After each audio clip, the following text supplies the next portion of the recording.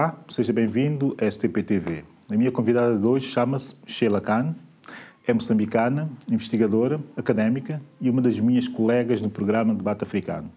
Com ela vou debater o tema Outro Moçambique, Outras Narrativas.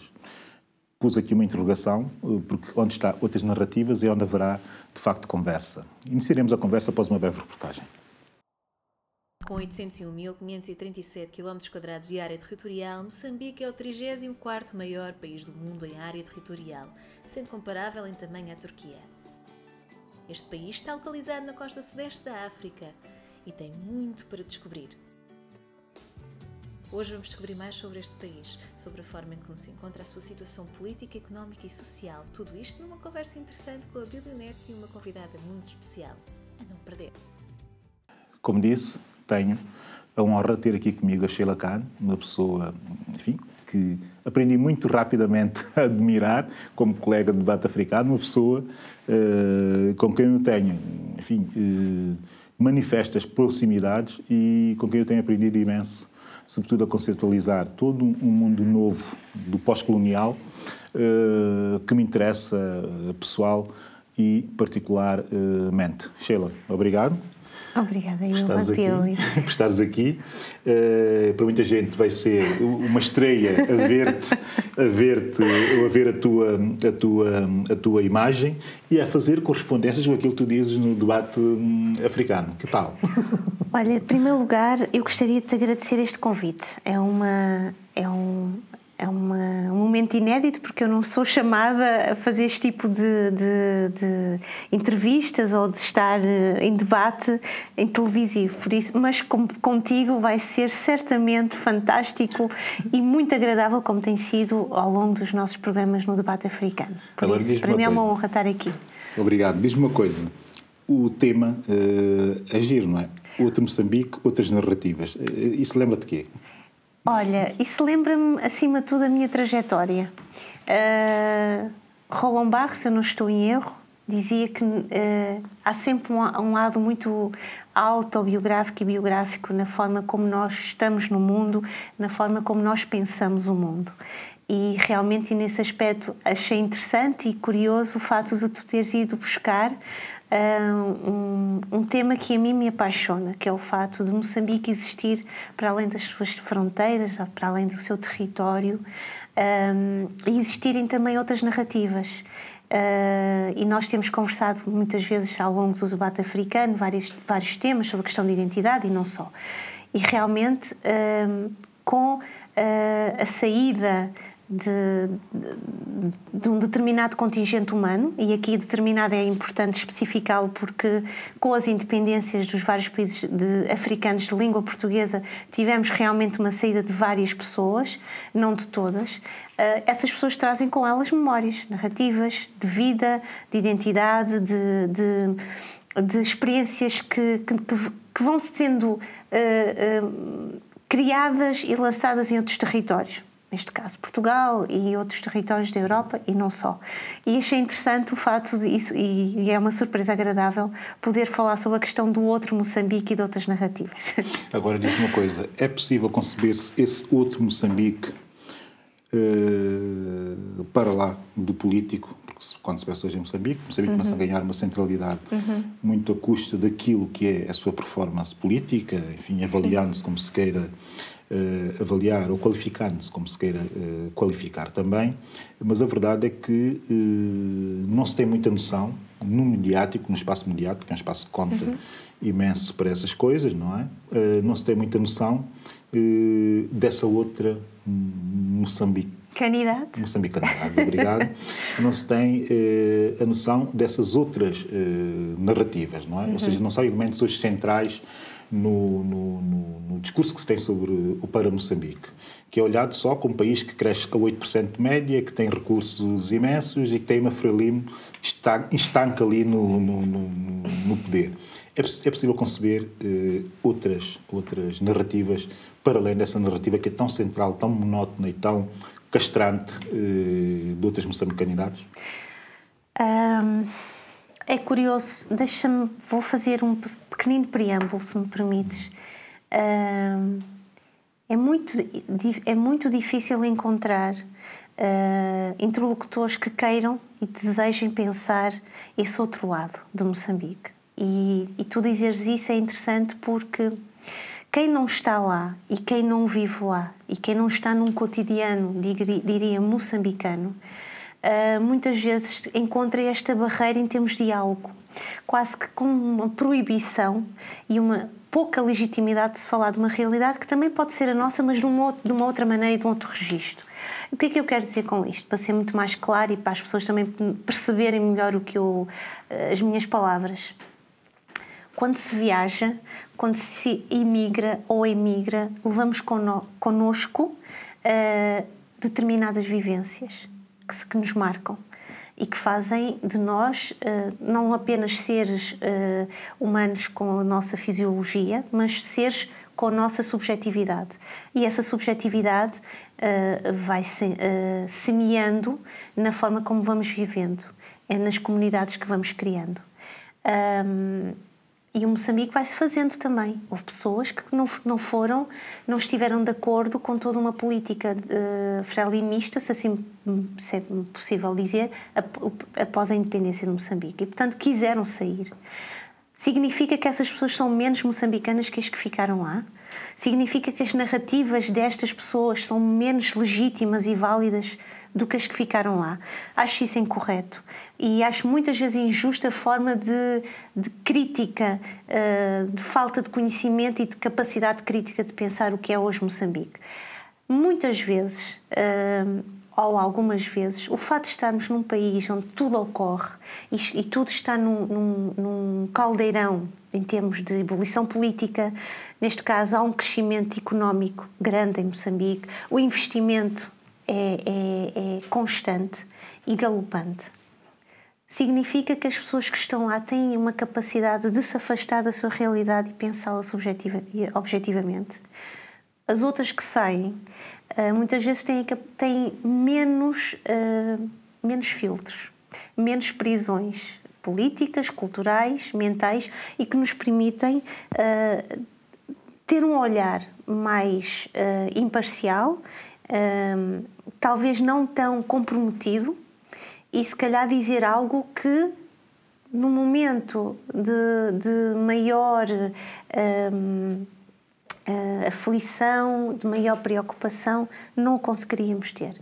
Agora vou voltar à tua pergunta. Moçambique faz sempre que alguém viaja, sempre que alguém o traz na memória. Há um livro do Mia Couto que é, se eu não estou em erro, Outro Pé da Sereia. Não é dos meus preferidos, devo dizer. Mas há ali uma parte que eu acho muito interessante, que é a viagem não acaba quando a viagem começa, quando nós começamos, quando estamos no movimento. E nessa viagem trazemos connosco os pós da origem. A forma como eles se vão mesclando com outras origens, com outras paragens, isso permite-nos a criação de outras realidades ricas, muitas vezes mais livres, se assim posso dizer, mais dialogantes com a nossa própria natureza humana. Mas essa condição, obviamente, de diverso e de viagem, enfim, essa espécie de tensão do local, estamos aqui ainda a falar do simbólico, do local e do não local, toda digamos que essas condições, tem essa percepção que isso já existe em Moçambique, até pela diversidade tremenda das culturas moçambicanas, eu aqui uso o plural, até pela diversidade imensa também do homem moçambicano, ou seja, aqui toda uma moçambicanidade, digamos, que é por si só diversa. Sim. Que é por si só diversa e que deve ser assumida também de forma diversa. A verdade é que na política, ultimamente em Moçambique, essa diversidade parece que chateia e irrita setores, sobretudo setores mais hegemónicos em Moçambique. Pelo menos não se escondem essa irritação perante o diverso. Como explicar isso? Por haver mais dinheiro, para as pessoas, por haver mais disponibilidade de dinheiro? A diversidade o que é que se passa? só é interessante e agradável quando pode ser manipulada e controlada. E é nesse sentido em que eu acho que o sistema político em Moçambique e a forma como a política tem, a mentalidade política tem avançado e a educação política vê este tipo de diversidade no sentido em que ela pode ser manipulada e, de certa forma, controlada por uma determinada elite. E há pouco referiste esta questão do ser enfadonho, não é?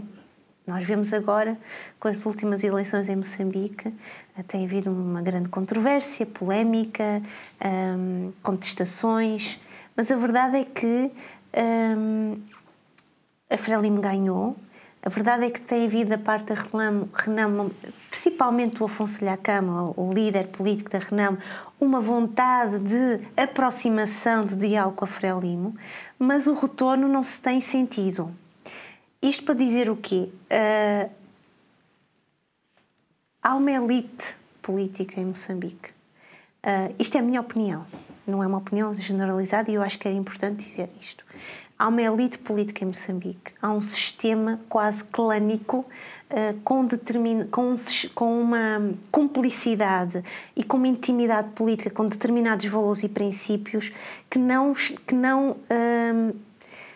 estão, penso eu, abertos a este tipo de diversidade. E quando eu falo de diversidade, falo de diversidade em termos da cultura política, em termos de acolher o outro. E o outro, logicamente, é o do partido da oposição.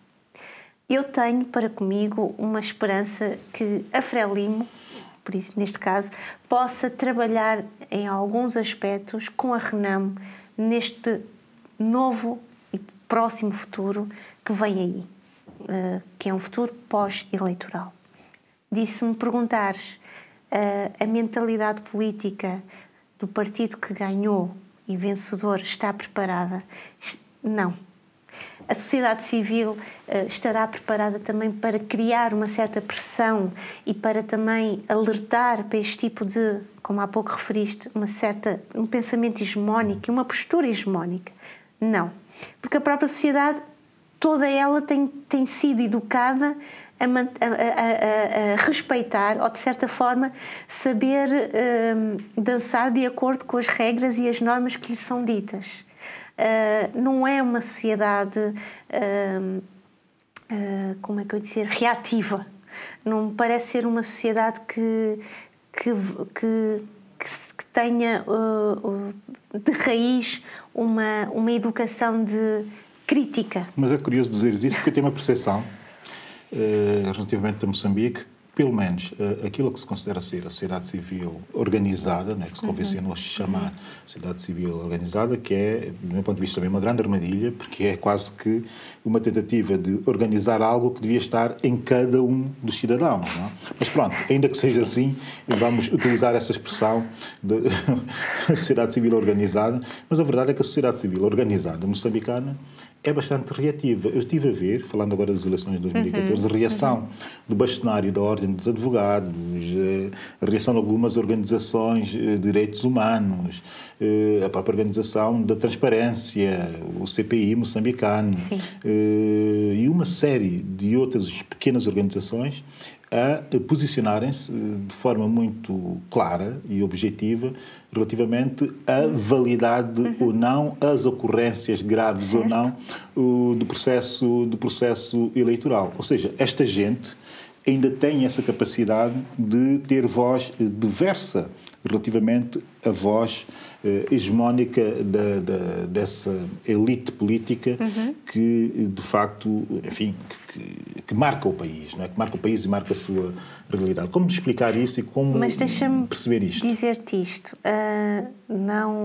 Há pouco, quando eu dizia sobre a questão de não ser uma sociedade reativa, o fato de estes vários órgãos, estas várias entidades, estas várias vozes assumirem-se ou assumirem vozes discordantes é uma coisa. A outra coisa é o impacto e a capacidade que o poder tem e está disposto a ter para ouvir. E nesse sentido, é que eu digo aqui e jogo aqui um bocado com a palavra. Pode ser uma palavra, como dizem os ingleses, very tricky. Porque então se dizes que é reativa, então agora estás a dizer que não é bem. Assim. O que eu quero dizer é que eu posso reagir. Mas a reação deve ter consequências. Eu posso até dar um estalo, mas se o meu estalo não tiver o impacto e o efeito que eu quero, até que ponto é que eu estou a trabalhar para um determinado objetivo e que seja um objetivo... E aqui eu quero referir o seguinte: quando às vezes falamos da sociedade civil, estamos a falar de determinados órgãos que têm determinados privilégios e que sabem que podem, de certa forma, falar para e com quem e num registro tete-a-tete. Mas a sociedade civil também não é só isto. Não pode ser só isso. A sociedade civil são as pessoas que estão na rua, que são os vendedores, que são os operários, que são as pessoas que vivem o cotidiano moçambicano. E, portanto, eu às vezes fico um pouco desassossegada, confesso, e um pouco, cria-me assim uma certa alergia auditiva quando ouço esta coisa, mas a sociedade civil, mas, quer dizer, a sociedade civil ainda tem também os seus privilégios, tem nichos com privilégios. Estes privilégios não são democráticos, não chegam a todos. E, portanto, há aqui uma necessidade de um olhar mais de hibernar, de um olhar de águas profundas, de um olhar de ir devagar e um olhar longitudinal. Porque se vamos criar um olhar vertical, sim, eu vou-te dizer que é uma sociedade que reage, tem impacto, e eu tenho as minhas dúvidas e, se calhar, até podem chamar-me de pessimista, mas eu tenho algumas dúvidas porque eu tenho visto que há realmente esta contestação e estas polémicas, mas é tudo uma questão de, como se diz, um burburinho. Quase que antecipadamente já sabe qual é o resultado desse incómodo. Nós já sabemos que quando chegar o outono, a árvore da folha caduca, a folha vai cair, não é? Isto é um exemplo, se calhar, muito corriqueiro, mas aquelas expectativas de... A gente já sabe que... O exemplo tem que ver... que ladra não morde. Pronto. Isso é verdade. Isso é um exemplo que tem muito que ver com uma conversa que eu tive com um amigo meu antes de trazer aqui, porque eu andava a pensar no melhor tema, no melhor título para um programa que tivesse que ter contigo. E isso das outras narrativas veio-me logo à cabeça e eu disse, bem, vai ter qualquer coisa a ver com narrativas. Não só por teres entrado num livro muito bom, e eu aconselho as pessoas a procurarem e vão encontrar e vão perceber o que é que eu estou a dizer. Não vou dizer o título, mas para dizer o que é, porque é que me veio a cabeça de narrativas. Porque eu estava a dizer isso ao meu amigo e o meu amigo virou-se para mim e disse o seguinte: então, mas que narrativas é que estás a falar relativamente a Moçambique? O meu amigo é moçambicano. E eu, diversas. E ele disse, não, Moçambique tem duas narrativas. A da Frelimo, a história da Frelimo e as histórias contadas por Mia Couto. Que é a Mia Couto assim tão paralelo eu se calhar, as narrativas moçambicanas como a Frelimo. Eu diria que Moçambique não tem só apenas uma ou duas narrativas. Eu penso que Moçambique tem muitas narrativas. E uma coisa que eu acho que era interessante é que nós deveríamos ter uma narrativa ficcional, poética, daqueles que estão fora de Moçambique. Como já vemos um pouco a nível da literatura cabo-verdiana, como vemos muito a nível da literatura anglo-saxónica, da literatura africana, mas de língua inglesa, não é? Também vemos algo na lusófona com o próprio... Em Angola, com Ondjaki, com a Galusa também. Mesmo, penso que o Pepe Tela faz ali umas viagens. Agora, em relação a Moçambique tem várias narrativas. A questão é que algumas são muito mais visíveis, outras politicamente corretamente visíveis e outras que vão sendo sonegadas, ocultadas e até quase que apagadas. Porquê? As pessoas estão a viver no seu dia-a-dia, estão preocupadas em sobreviver. Quem é que quer parar a contar as suas memórias? Quem é que tem tempo de querer partilhar as suas memórias. E quando eu digo outras narrativas, estou a falar não só das pessoas que estão lá, mas as pessoas que também saíram de lá. E eu posso falar sobre isto com alguma, se me permitem, alguma propriedade, porque a minha tese de doutoramento foi exatamente percorrendo com moçambicanos com nacionalidade portuguesa as suas narrativas de identidade, que saíram de Moçambique, vieram para Portugal e depois, posteriormente para a Inglaterra. E há outras narrativas, aquilo que eles contam e a forma como eles constroem, e aqui é interessante, a forma como a história não oficial de Moçambique é construída e narrada não tem nada a ver com os livros ou com a história oficial de Moçambique. E começa já aí uma grande, não digo dispersão, mas começa aí a haver uma grande diversidade na forma como se pensa e que se encara a história de Moçambique. Porque ela não se fecha num território, não é? Como uma ideia não se fecha num só conceito. Pronto, não... As memórias querem-se nessa periferia onde as podemos controlar, passamos bem sem os sobressaltos da sua rebeldia. Sabes quem escreveu isto? João Paulo Bosco Coelho. De facto, tudo a ver com aquilo que nós estamos aqui a falar. E devo dizer o seguinte... eu estou a preparar, juntamente com 3 colegas minhas, de 3 universidades norte-americanas, um livro dedicado à obra de João Paulo Bosco Coelho. Não vou aqui dizer o título e fazer já publicidade. Contamos com vários estudiosos e há uma questão muito interessante na obra de João Paulo Coelho, de João Paulo Bosco Coelho, que é a sua visão multifacetada da história de Moçambique. Ele consegue realmente, a partir de muitas personagens, diferentes formas de narrar esta moçambicanidade. Obrigada. E é, neste momento, para mim, o meu escritor moçambicano, porque não só também pela pessoa que eu conheço e que tenho a maior prazer em sempre que posso estar com ele, é um brilhante historiador e que tem a capacidade, através da sua ficção, de pensar com seriedade e sem deixar rastros subjetivos, de pensar a realidade ou as várias realidades, quer coevas, quer passadas, deste Moçambique que nós vemos à nossa frente. Porque há uma coisa interessante na obra de João Paulo Coelho, que é a forma como ele consegue analiticamente criar um equilíbrio entre passado e presente. Há uma continuidade, mas há uma continuidade muito bem articulada e muito bem contextualizada. Falando de coisas mais fáceis, como é que é possível um escritor como João Paulo Bosco Coelho não ser tão conhecido?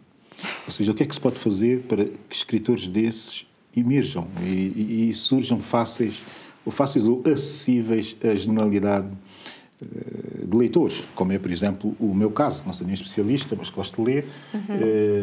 Tenho a sorte de conhecer pessoas como tu, que me vão dando essas dicas e eu vou atrás da procura. Eu devolvo esta gratidão. Obrigado. A procura dessas pérolas. Mas como? O que é que se pode fazer para fazer com que essa gente venha à tona e que saia desse circuito mais ou menos alternativo e escondido, que são leitores como tu e obviamente eu tenho que assumir essa alternatividade, mas como fazer que essa qualidade toda venha e que seja disponível, sobretudo aos mais jovens, porque sabes que eu tenho essa obsessão com os mais jovens, não é? Porque vai ser muito triste não se preocuparem em levar este tipo de autores a eles, porque corremos o risco de perder um património imenso, um património tremendamente importante. Não é? Mas sobre a questão, deixa-me, não sei se vou fazer outro preâmbulo, sobre a questão dos mais jovens. Em primeiro lugar, era preciso preparar essa consciência histórica dos mais jovens, que muitas vezes não existe e não está palmilhada. Muitas vezes nem os manuais escolares não nos dão esses instrumentos de leitura do passado. E, portanto, quando nos chega algo ao presente que possa refletir esse passado, nós não temos instrumentos e capacidade de o ler. Isto é em primeiro lugar, e eu acho que aqui há muito uma necessidade de trabalhar muito a consciência histórica, a memória, pensar bem e com calma o historial de um país. Isto é a primeira coisa. A segunda coisa é que surpreende-me porque a escrita do João Paulo Bosco Coelho, sendo uma escrita elegante e refinada, não é de todo metafísica, pelo contrário, é bastante, eu diria, epidérmica. Há uma identificação, a gente sente na pele. Penso que aqui passa um pouco por um marketing editorial, para mim, francamente fraco. E talvez eu não querendo ser cruel, há aqui escolhas estéticas e quase que de moda e que passa um pouco pelas figuras dos escritores, não é? Se calhar o Miyakoto é uma pessoa que, pelas suas características, já muito mais nas vistas, e é mais fácil manipular, brincar com este marketing editorial. A postura do João Paulo Bosco Coelho é mais discreta, é uma pessoa mais discreta. Agora, não querendo cair num lugar comum e num manicaísmo fácil. Exatamente, e também não querendo cair num discurso de revista, acho que aqui há uma falha editorial enorme, porque sai um livro do Miyakoto e nós somos completamente bombardeados. Eu lembro perfeitamente de um livro do Miyakoto que a FNAC vendia uma t-shirt com o livro, com o título do livro. Quer dizer, não é? Só isso diz alguma coisa. Sim, não é? Sobre o nível de marketing. O João Paulo Bosco Coelho ganha o prémio Leia com o livro Herzog. Quem é que leu? Lê as pessoas que trabalham sobre literatura africana, não é? As pessoas que estão interessadas naquela literatura e ficou por ali. Portanto, por mais que sério que seja um escritor e por mais sério que seja o seu compromisso com a literatura, e não um compromisso vago e vazio, mas é um compromisso social, se não houver um apoio do marketing editorial, fica por ali. É impossível. Os estudiosos, e aqui eu vou falar contra mim e contra os meus colegas, os académicos, o nosso trabalho não chega e não é suficiente e não cabe nas preocupações do dia-a-dia de um cidadão comum. É verdade e é triste, não? Nós não vamos trazer nada que lhes seja prioritário. Portanto, aqui tem que haver uma educação e uma máquina que consiga juntar as pessoas, juntar as águas e misturá-las de uma maneira harmoniosa. Dá-me o nome de um outro escritor moçambicano que gostasses de ver à tona. Que te seja especialmente querido e que gostasses de ver... enfim, aparecer.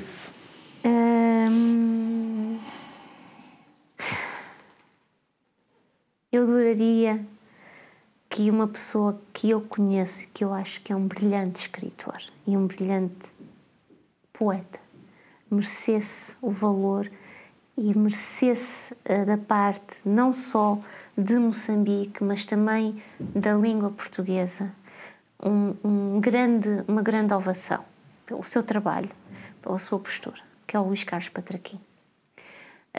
Não conheço seriedade, objetividade, beleza e, acima de tudo, um compromisso ético e estético, não só com a literatura, mas com a forma como a literatura nos permite transmitir o pensar a humanidade de uma forma... com todas as suas vulnerabilidades, com todas as suas virtudes. E, sinceramente, acho que o Luís Carlos Patraquim, para mim, e eu aqui falo também, aqui há um lado subjetivo. Também é melhor dizer isto. Eu vou-te calar para não acentuar mais esse lado subjetivo. Não é? Perdemos recentemente um outro grande poeta, Eduardo White, mas há aqui uma coisa... e que eu aprendi com o Luís Carlos Patraquim, que é, para além do poeta, é preciso conhecer o homem. E os dois caminham de mãos dadas. E eu sei que é um caminho lindíssimo e belo. é exatamente, como diria uma vez o António Lobo Antunes, sobre uma frase que ele se recorda do pai: o Luís Carlos Patraquim é o amor das coisas belas. Que giro. Que Não giro. só no dia-a-dia, não só nas conversas entre amigos, mas também na forma como ele pensa o mundo, o seu mundo e o mundo dos outros. É isso que eu sinto. Ótimo, ótimo, porque eu tenho, enfim, não consigo ser tão eloquente, como é óbvio, não é? Mas em termos de emoção e de proximidade, para mim, é absolutamente equivalente. Agora, vais falar de coisas mais terra a terra, Sim, não é futebol, vamos não é futebol. Também podemos falar. Não há de ser de futebol. És sportinguista? Não. Então não vais falar de futebol. Nem vou dizer-te que aqui passou, porque eu acho que serei banida deste programa. Com certeza, não digas. Aqui a coisa é a seguinte: como é que viste as eleições de 2014, essas presidenciais e legislativas em Moçambique? Como é que tu viste, como é que tu, para ti, as desilusões, as ilusões dessas duas coisas, o que é que saiu dessas eleições? Não vamos falar do pendente, vamos só falar do resultado e de como e de que leituras se pode fazer dos resultados a partir das desilusões e das ilusões. Ora bem, eu acompanhando, falando nas outras narrativas e nos outros Moçambiques, não é? Eu acompanhando do lado do meu Moçambique, que é o meu lugar de enunciação, é o outro Moçambique, eu acreditei, também pelo aparecimento que foi um tsunami, não é? De Afonso Talhacama. Na campanha. Eu acreditei, houve um momento que eu acreditei que iria haver uma segunda volta. E eu acharia muito saudável. E foi curioso que fui lendo várias entrevistas, entrevistas de fundo, entrevistas de reflexão de algumas pessoas que fazem parte da sociedade civil, mas que têm a capacidade de chegar ao nível político e ter tais conversas, como disse, tete a tete, não é? E que elas mesmas também, uma delas dizia, e não vou dar nomes porque não é elegante e não é adequado e idóneo, e uma delas dizia, não era bom que houvesse por parte da Frelimo uma maioria absoluta. Uma maioria absoluta, obrigada. Fácil. Seria interessante que houvesse uma segunda volta e seria interessante haver uma maior partilha de poder, porque uma maioria absoluta é perigoso, é quase que ditatorial, não é? Nesta quase fase, que asfixiante. Fase, exatamente. Claramente Não houve.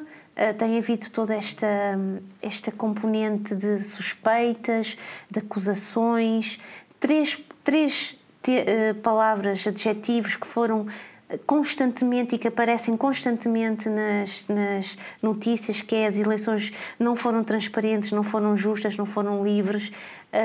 Havia realmente essa esperança. Mas também, por outro lado, eu penso, a Frelimo estaria disposta e queria, depois de todo este percurso, abrir mão de um poder que tem mantido ao longo destes anos? Não me parece. Não me parece que vá existir. Ainda esta semana vi uma entrevista de um dos elementos do Centro de Integridade Pública que esteve num colóquio de Moçambique-Alemanha, em que ele dizia: todo este processo esdrúxulo, não estou a citá-lo, estou a caracterizar e estou a analisar as palavras dele. Todo este processo esdrúxulo, todo este processo de cinzentos, que não saem os resultados, mostra que houve um retrocesso quase de maturidade política no nosso país. E estamos a cometer e a repisar erros do passado. Isso é estupidez. Nós deveríamos ter dado um passo em frente. E eu acho, e uma das questões que ele refere,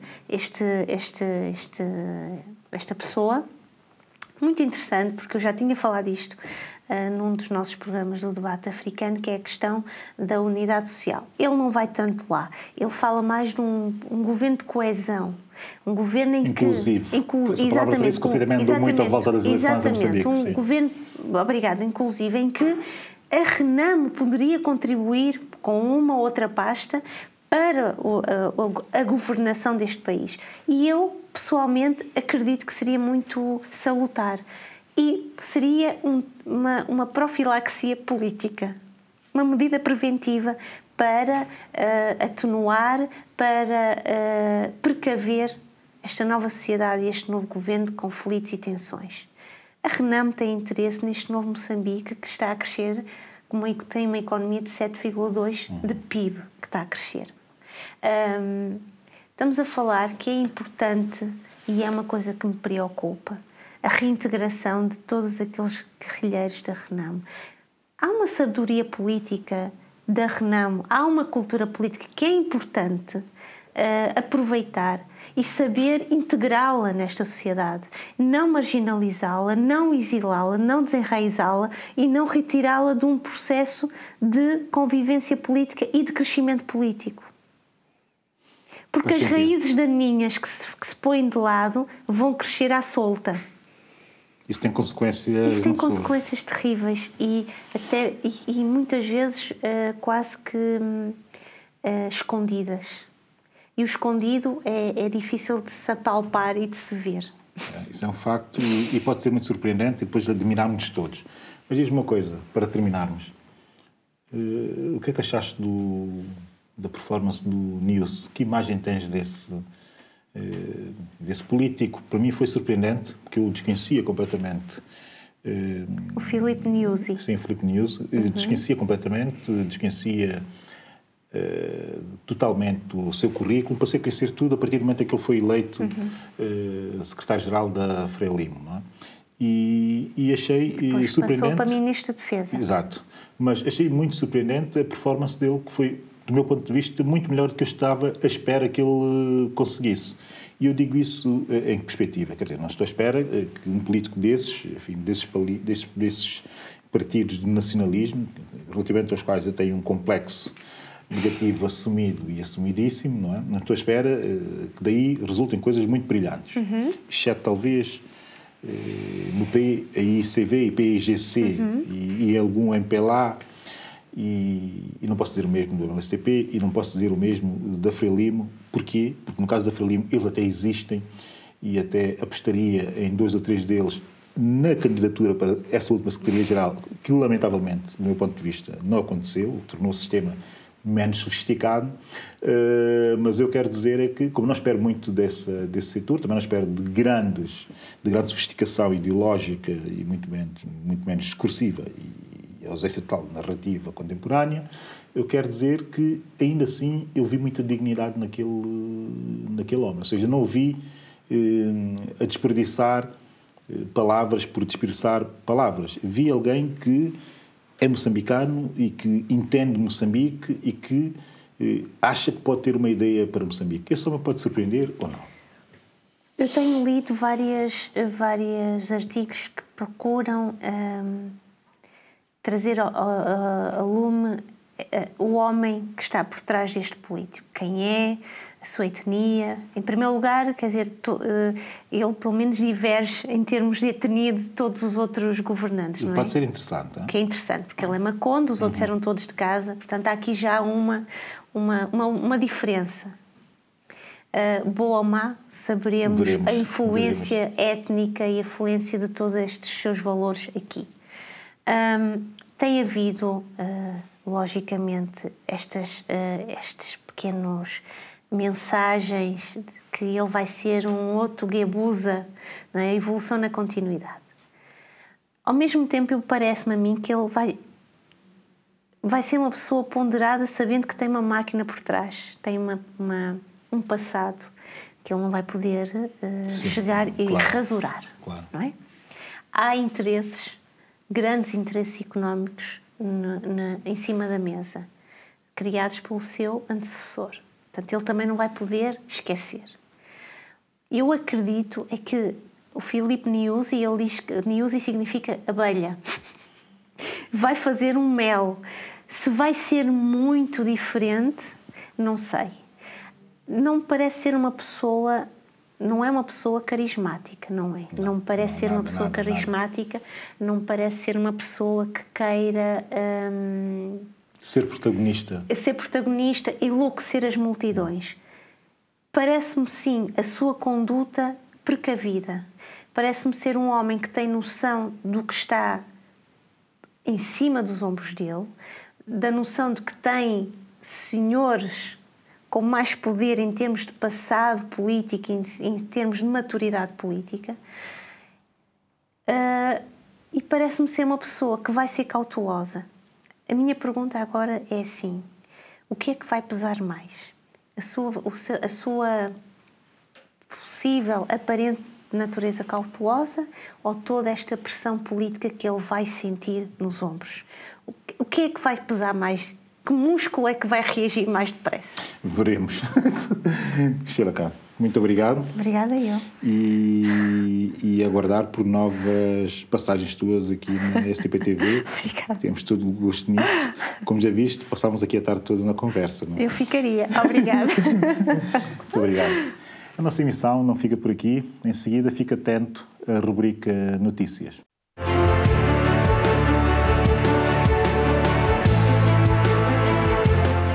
Vamos ver o que nos reservou a atualidade internacional. Relatório da ONU mostra número recorde de jovens com poder de transformação das sociedades se houver investimento adequado na educação e saúde. Cerca de 1/3 da população da maioria dos países lusófonos tem entre 10 e 24 anos.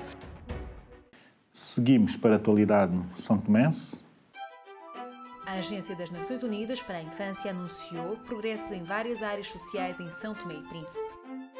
Num ateliê de avaliação do Plano Quadrienal 2012-2016, Jacques Boyer, embaixador da Unicef acreditado em São Tomé, mostrou-se satisfeito com o facto de o país estar à beira de alcançar alguns objetivos do milénio e revelou que o arquipélago santomense já atingiu a taxa de 100% de escolaridade obrigatória, desde a pré-primária ao 6º ano. Termina assim a análise e a vista, a atualidade da semana. As minhas sugestões para hoje são, porque tinham que ser, tive aqui a Sheila Khan, Imigrantes africanos moçambicanos, narrativa de imigração e de identidade e estratégias de aculturação em Portugal e na Inglaterra, Lisboa, edições Colibri, 2009. A Sheila não sabe, que eu já li o livro dela, que é uma tese académica, mas a verdade é que eu já li. O segundo livro, Homi Baba, El Lugar de la Cultura, Buenos Aires, edições Manancial. É uma edição de 2013, mas é um original de 1994. E eu trouxe esse livro porque faz exatamente 20 anos, sobre a sua edição original. Eu li-o pouco depois em inglês e estou a relê-lo agora em espanhol. E tem tudo a ver com aquilo que nós tivemos aqui a falar hoje e, sobretudo, aquilo que eu estive a ouvir e a escutar da Sheila. Muitos dos conceitos estão aqui também, muita da reflexão no mesmo sentido também está aqui no Homi Baba, que é um autor que tanto a Sheila como eu admiramos. Terceiro livro. O terceiro livro, qual é o terceiro livro? Patrícia Godinho Gomes, Os Fundamentos de uma Nova Sociedade, o PIGC e a Luta Armada na Guiné-Bissau. 1963-1963. Organização do Estado e Relações Internacionais, um livro editado em Itália, Armata, é a editora, de 2010. Eu trago aqui a Patrícia Godinho Gomes, primeiro porque é uma amiga e é uma pessoa, uma académica que eu aprendi a admirar ainda antes de ser académica, começa a editar, começa a dar palestras, está em investigação, está nessa altura na Universidade Federal da Bahia e é uma pessoa que tem um olhar muito curioso sobre o género e sobre a evolução da mulher, sobretudo no contexto da Guiné-Bissau. Portanto, quis fazer também aqui uma homenagem às mulheres na lusofonia. Lusofonia, esse conceito que a Sheila Khan não gosta nada, mas eu estou a dizê-lo agora exatamente porque sei que ela não gosta. Por hoje é tudo. Na próxima semana vamos falar de um novo tema. Se quiser saber qual é, basta ficar atento. Já sabe que espero por si, todos os sábados, pelas 18 horas. Continue a seguir-nos na nossa página do Facebook e também no YouTube. Já sabe, eu sou a Billy Neto e esta é a STP-TV, a sua nova televisão.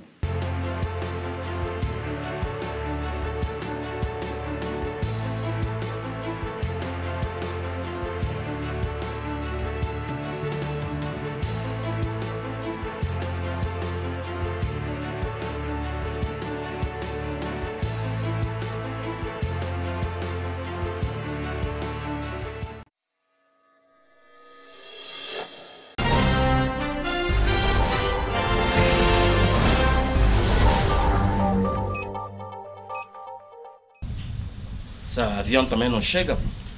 Sr. Presidente, tem que ter calma. Não. Sr. Presidente. Você treinou bem essa língua mesmo? Tu Sr. sabes falar Presidente sabe mesmo, que né? eu estive lá há muito tempo. Né? Não, tens que saber falar bem, porque Sim. o que eu quero é uma coisa diferente. Sim, eu sei, Sr. Presidente. Está tranquilo que está tudo pronto para receber o... Não, também se ele não trouxer nada. Se ele não trouxer nada, isso vai ficar mal. Não, ele vai trazer, de certeza. Ele já falou com o Sr. Presidente que vai trazer, porque vai trazer. Vamos ter calma, vamos esperar aqui. O avião está a chegar já, o avião está a chegar. Que grande avião.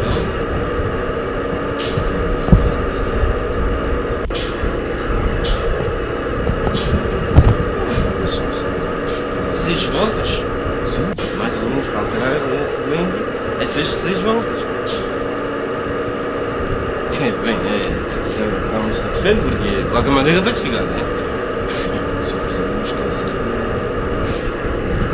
Uma coisa que será. Vamos adentro.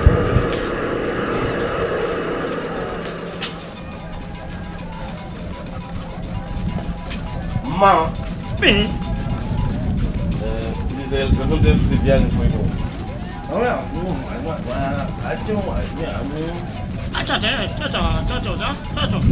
Foi boa, sim, senhora. A viagem correu bem e a ateragem correu um pouco. Vamos fazer a visita, mostrar aí as culturas. Diz ele, as culturas do nosso país. Vamos lá. Olha, essa aí é o Dança Congo. Chama-se Dança de Congo. Sim, ele está a ver, muito bonito. Aquele ali é o Chiloli. Chiloli, diz ele.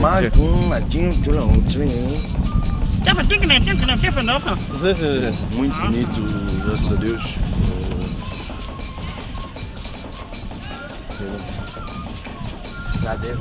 São bem, esse grupo, esse agrupamento é mesmo afinado. Está muito.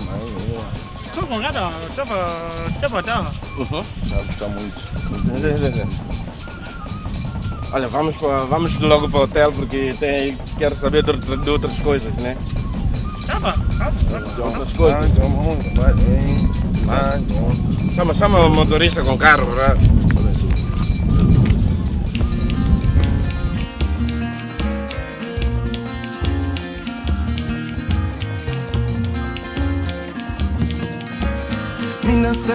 Comecei o café na Dominifa.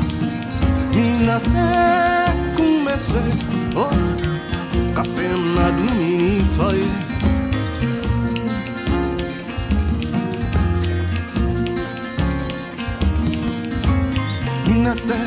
Comecei café na Dominifa.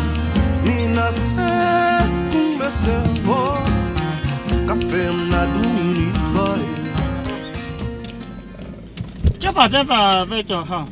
Tchau, Sr. Presidente. Sim. Acaba de perguntar o porquê do Sr. Presidente é que está a dirigir e não o motorista. Não, essa boca, quer dizer, essa boca eu mesmo como, né? Não precisa estar a arranjar motorista. Eu tenho motorista, mas é para dias mais relaxado. Eu não vou permitir que qualquer um anda com o mar, né? Sr. Presidente, eu posso dizer isso que o Sr. Presidente disse a ele? Pode falar, não, inventa coisa lá fala.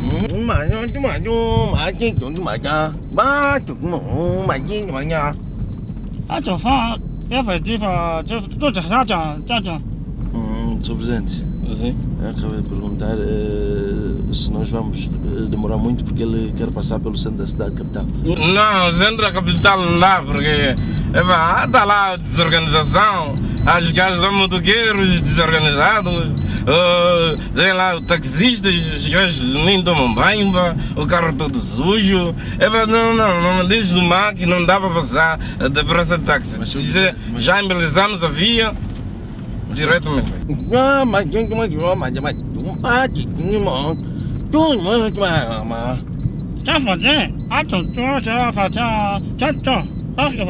Presidente, ele insiste que quer passar pelo centro da cidade. E aí esse mar também vai criar um problema, pá. Liga aí para a Praça de Independência, ver se já está pessoal lá a lavar.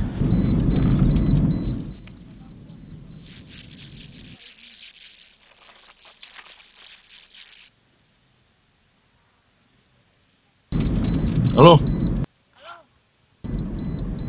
Tô. Sim. Olha só, o Sr. Presidente manda perguntar se vocês já lavaram o chão da cidade, porque nós já estamos com o mar e vamos passar por aí daqui a pouco. Tá bem, sim. Praça de Independência já está tudo pronto. Está quase. E o bombeiro já foi aí com coisa de água para lavar o chão? Pintura já foi feita. Já botar o chão aí. Nós já estamos quase a terminar. Podem passar. Tá, daqui dentro de 5 minutos podem. Já vai estar tudo pronto. Tá bem, tchau. Sim. Tá bom. Eu já informo isto ao Sr. Presidente. Sr. Presidente, Sim. já foram lavar? Não, começo a perguntar ele já as malas que ele trouxe, se não trouxe nada já pra gente. Não, mala. Outra mala, só falar de feita, já foi mal. Sr. Presidente, Sim. disse que trouxe uma mala, sim senhor. Ah, exatamente. Tá tudo bem, uma já basta. Sim, uma pessoa que Esta saber o que lá tem, o que tem lá dentro. Sr. Presidente, está a perguntar porque que está tanta pessoa na rua a beber assim, se isto é normal. Diz ele que é a cultura, no nosso país a cultura é assim mesmo e as pessoas gostam de estar assim, mesmo que a gente evita as pessoas para saírem da rua, okay? As pessoas gostam mesmo de viver assim. Sr.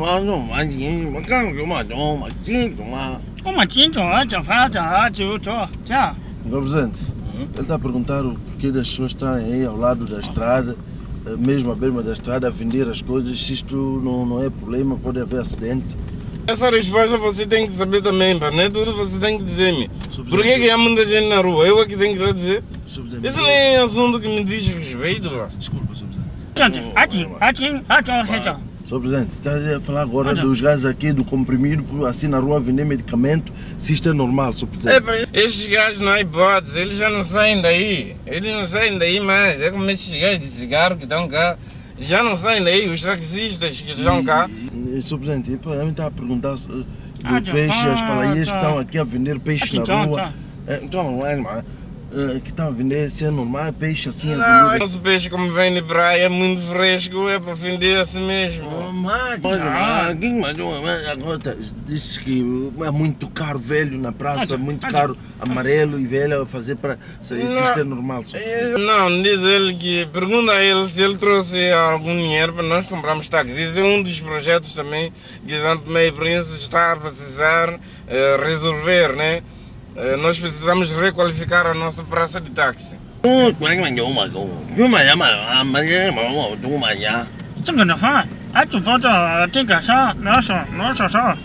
Presidente, ele disse que trouxe uma mala, sim senhor, mas acha que não chega para isto, né?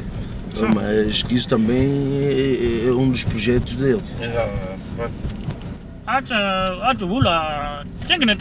Sr. Presidente, ele acaba de perguntar por que a cidade está tão suja assim e as casas estão tão velhas e por que não pintaram a cidade? Não, diz a ele que o rumo que traçamos não era para ele vir de cá, então nós não preparamos esse lado bem, então onde preparamos está bonito. Aqui nesse lado não está ainda porque nós não sabíamos que ele ia passar de cá. E eu posso lhe dizer isso, Sr. Presidente? Quer dizer, não diz bem assim, vendo a coisa lá.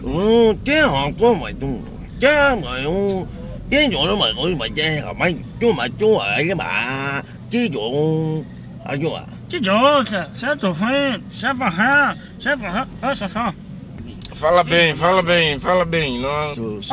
Presidente, eu lhe disse que o lado que nós éramos para passar era para o outro lado, mas que esta zona também em breve estará pintada porque está-se a tratar da pintura da cidade capital. Exatamente. Com aquilo que ele trouxe também vai ajudar para nós conseguimos concretizar este projeto.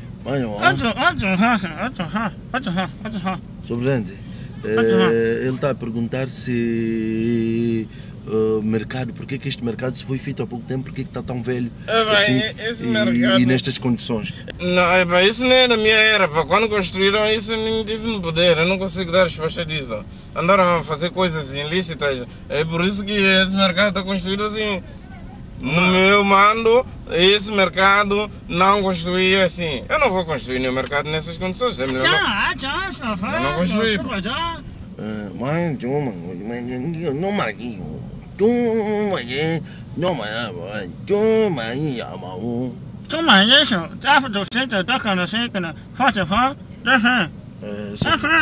Ele diz que é muito triste a maneira com que a população está a viver no país, está numa situação muito precária. Mas agora vamos comer. Mano, mas trouxe comida? Eu acho que não. Então pergunta a ele. É para lhe perguntar se Sim. Não,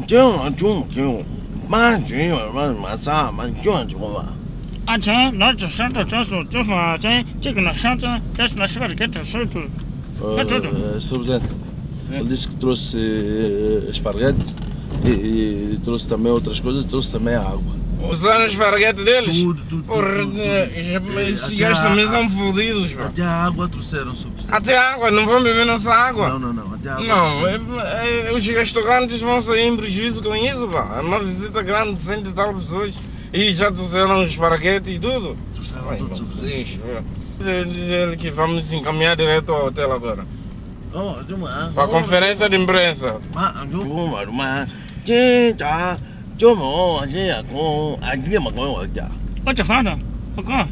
Sr. Presidente, ok, vamos agora, não é, Sr. Presidente? Está bem. Ok, está tudo bem, Sr. Presidente.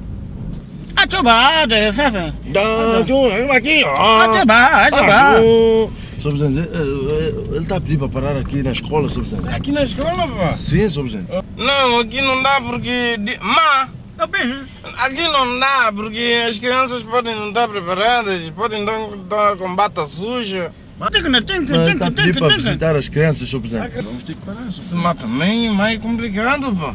Está bem, aí vamos esperar.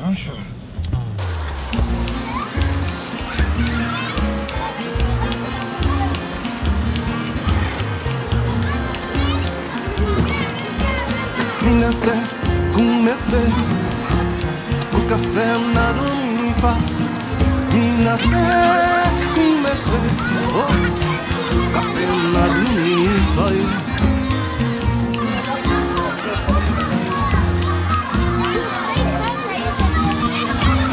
Minasé, comecei café na Dominifa. Minasé, comecei café na Dominifa.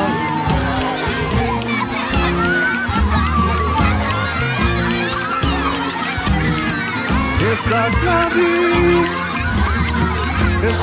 la vie, mas me dá essa la vie. Mas o tende você, mas o tende você.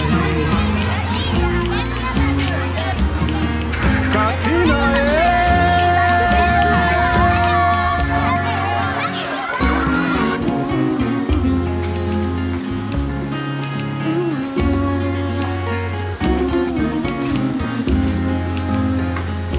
Nesse punta sunu Chiqua se capossai Sunu só se vê Na flamada chifa Nesse punta sunu Chiqua se capossai Sunu só se vê Na flamada chifa. Quero vos dizer que nós estamos aqui na sala de conferência para darmos início à conferência dos dois presidentes cá nesta sala, onde temos o presidente local e o presidente visitante. Sr. Presidente, pode. Não, eu passo a palavra ao Mar, porque eu só vou fechar no final. O Mar vai falar e depois eu só fecho. Mar!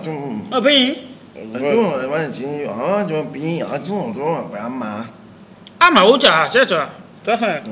Ok, ele disse que começa, sim.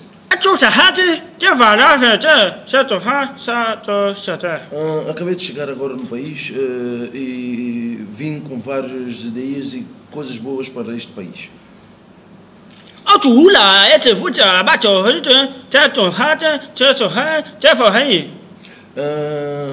Eu já estive em conversa com o homólogo e já estivemos a discutir vários pontos em que queremos dar a este país coisas boas e vamos ver se isto daqui adiante conseguimos fazer coisas boas para o país local.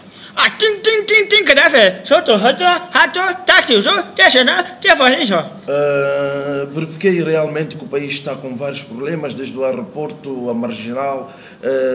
Acabei por passar também pelo centro do país, onde verifiquei muita situação precária deste povo, coisas que eu não imaginava que existiam em São Tomé, mas a qual nós vamos tentar mudar o rumo deste país.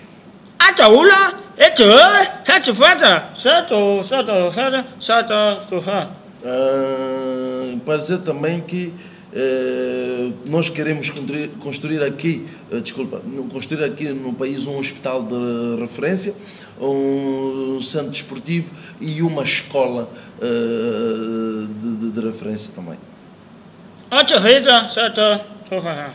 Muito obrigado a todos e uma boa tarde. Sr. Presidente. É com imenso prazer que São Tomé e Príncipe acolhe do país vizinho e amigo, pelo qual São Tomé e Príncipe tem grandes laços de amizade, o meu homólogo querido Ma.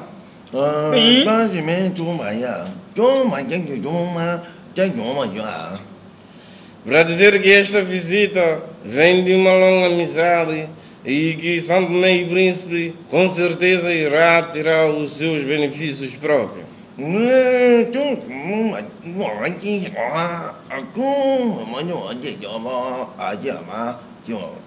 Desejamos o Ma e os seus 100 e tal elencos uma boa estadia neste país. Com esta vossa visita, nós vamos construir muitas coisas. Com certeza, com aquilo que o Ma trouxe, vamos fazer algo de muito bom e melhor.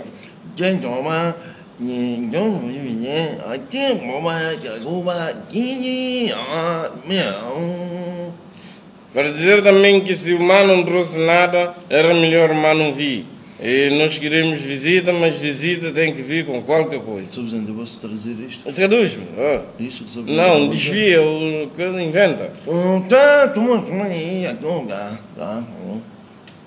É tudo. Um bem-aja a todos, um bem-aja ao povo de São Tomé e Príncipe, um bem-aja aos visitantes. Quero aproveitar e dizer, por favor, não comam o esparguete que trouxeram. Nós temos já arroz, o arroz acabou de entrar para o mercado ainda esta tarde, temos comida à vontade, portanto, por favor, Ma, não coma o seu esparguete que trouxeste. Pode.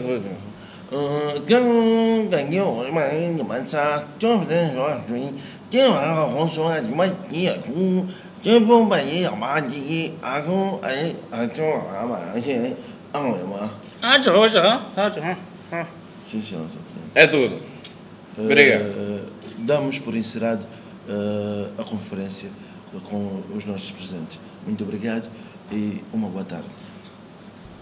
Bem, diz o Ma que nós precisamos ir para a sala. Eu tenho que ter uma conversa com ele a sós.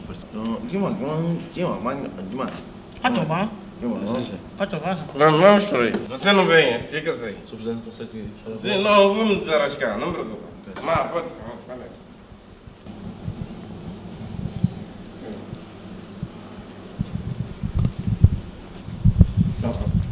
Henry. Exato, temos que falar aqui, mãe entende, temos que falar clandestino porque só aqui nós podemos acertar bem as coisas. Tá? Não vamos procurar entrar em detalhes porque eu não vou perceber.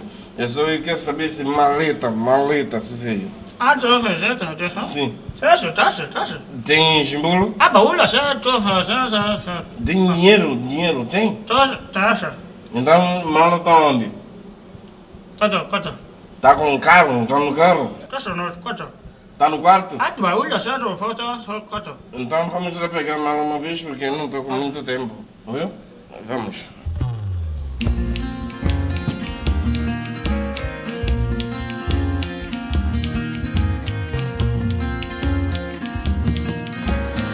Minasé, comecei o café na dominifa. Minasé, comecei o café na dominifa.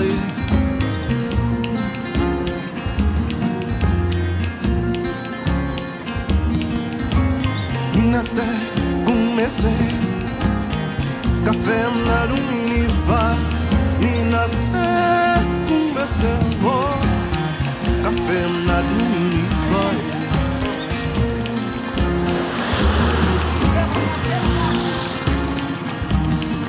Essa clave, mas minha nossa clave, mas o tende você, mas o tende você, Katina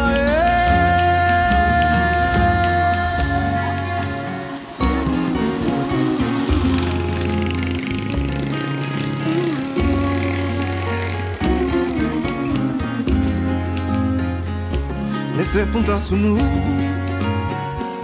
Chiquasa capoçai Sumun só se vê Na flanada chifa Nesse punta sunu Chiquasa capoçai Sumun só se vê Na flanada chifa.